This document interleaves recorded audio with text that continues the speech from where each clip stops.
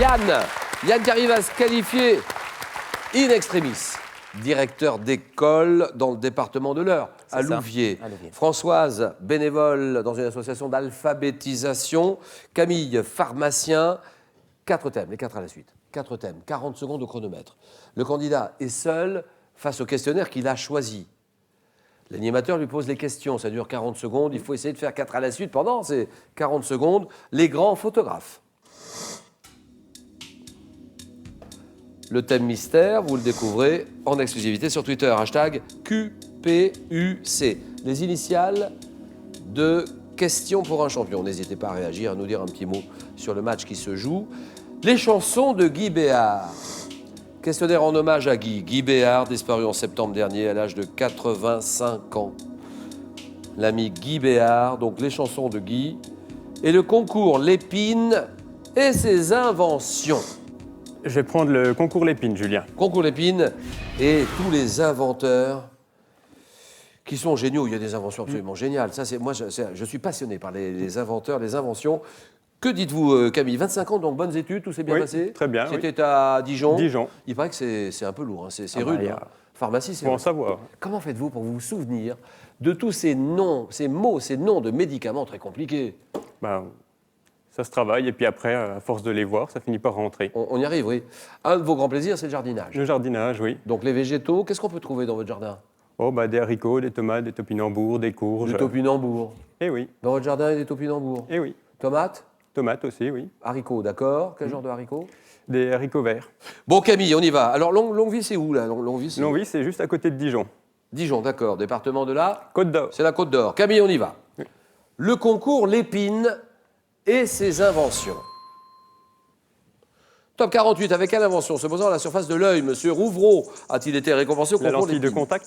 En 31, pour quel ustensile doté d'une manivelle permettant d'écraser les légumes, Jean Mantelet a-t-il été... Le moulin. Vous dites? Le moulin à légumes.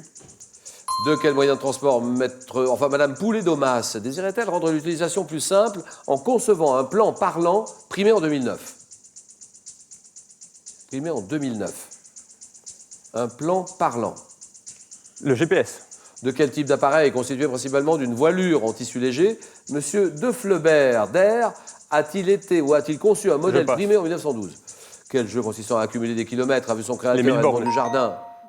1000 bornes, bien joué. 2 points. 2 points pour Camille. D'accord.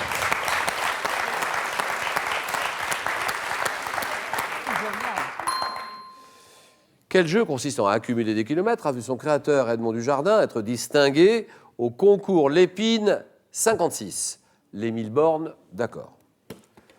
De quel type d'appareil, constitué principalement d'une voilure en tissu léger, Monsieur De Fleubert d'Air a-t-il conçu un modèle primé en 1912? Le parachute. De quel moyen de transport Madame Poulet-Domas désirait-elle rendre l'utilisation plus simple en concevant un plan parlant primé en 2009? Le métro. 2 points. François, c'est à vous. 3 questionnaires. Je pense que je vais prendre le thème mystère. Ordinateur, nous pouvons dévoiler ce thème. Littérature et contestation. Donc, Françoise, rapidement, une association d'alphabétisation. Oui. Comment s'appelle cette association? Elle n'a pas de nom précis, mais elle est dans un centre social, à Famec, qui est vous en une ville occupez... multiculturelle. Voilà. Oui. Vous vous en occupez une fois par semaine? 2 fois par semaine. 2 fois par semaine, d'accord. Voilà. Donc, vous leur apprenez l'écriture? Oui, lire, écrire, parler en français, la civilisation française, voilà. Ils ont tous envie d'apprendre, ils sont Oui, ce sont surtout des femmes. Et surtout des femmes, voilà. D'accord. Curieuses en tout cas d'apprendre. Oui. Bénévole auprès d'un festival du film arabe? Oui, qui est aussi sur Famec et qui a lieu donc au mois d'octobre. Et cette année, le pays invité était la Tunisie. Et Famec, alors Famec c'est Thionville, hein. Thionville. C'est tout près de Thionville, oui, c'est juste à côté de Florence. Florence, d'accord. Merci de venir nous voir Françoise, on y va. Littérature et contestation.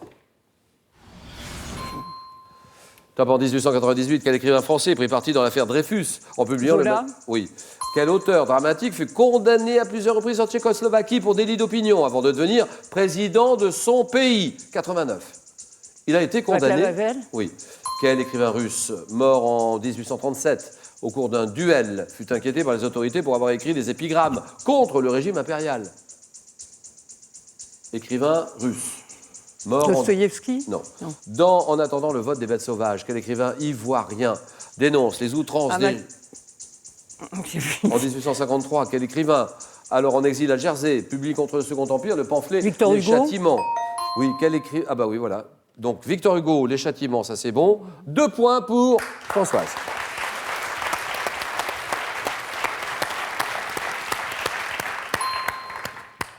En attendant le vote des bêtes sauvages, quel écrivain ivoirien dénonce les outrances des juntes militaires sur le continent africain?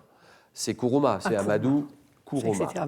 Écrivain russe qui meurt Gogol, au cours d'un duel, inquiété donc par les autorités pour avoir écrit des épigrammes contre le régime impérial, c'est Pouchkine. Ah, Pouchkine. Oui. Pouchkine. Écrivain français, ça vous l'avez dit bien sûr, il prend parti dans l'affaire Dreyfus en publiant le manifeste « J'accuse » dans le journal L'Aurore. « J'accuse » en première page immense. Émile Zola, 2 points. Que dit Yann? Je vais prendre le thème des grands photographes. Les grands photographes, bien sûr. Les grands photographes pour l'ami Yann, directeur d'école. C'est l'école Jean Moulin? L'école Jean Moulin. L'école Jean Moulin de Louviers. Et puis alors, vous avez vécu plusieurs années à l'étranger. Vous étiez à Belgrade?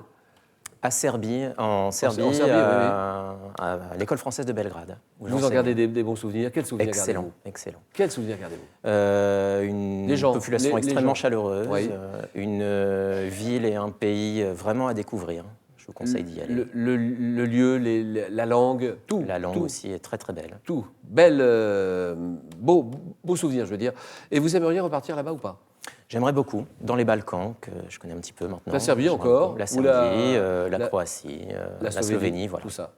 Yann, directeur d'école, merci de venir nous voir. La ville de Louviers, sur la route de, bien sûr, tout le monde connaît ça Il y par avait cœur. Le cantonnier. 40 secondes. Yann. Et... Tant quel photographe français disparu en 1994 est l'auteur du cliché Le baiser de l'hôtel de ville? Douaneau. À quel physicien français, né à Chalon-sur-Saône, doit-on la première photographie 1816? Première photo. C'est pas Daguerre, non. Non. Quel photographe et cinéaste français né en 1942 réalise des films documentaires Urgence, Faits divers? Photographe, cinéaste français né en 1942. Je passe. Début 2012, à quel photographe américain disparu en 1971, le musée du jeu de paume à Paris a-t-il consacré la première rétrospective en France? Willy Ronis. Dans les années 1850, quel photographe de son vrai nom, Félix Tournachon, fit le portrait des célébrités de son temps dans son atelier parisien? Félix Tournachon, c'est Nadar. Aïe, aïe, aïe, aïe, aïe, aïe, aïe, aïe, aïe. Un point pour Yann.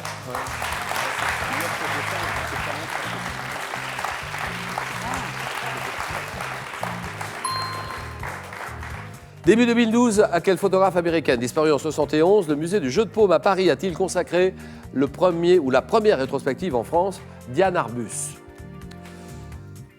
Pardon. Quel photographe cinéaste français né en 1942 a réalisé les documentaires Urgence et Faits divers? C'est Raymond Depardon.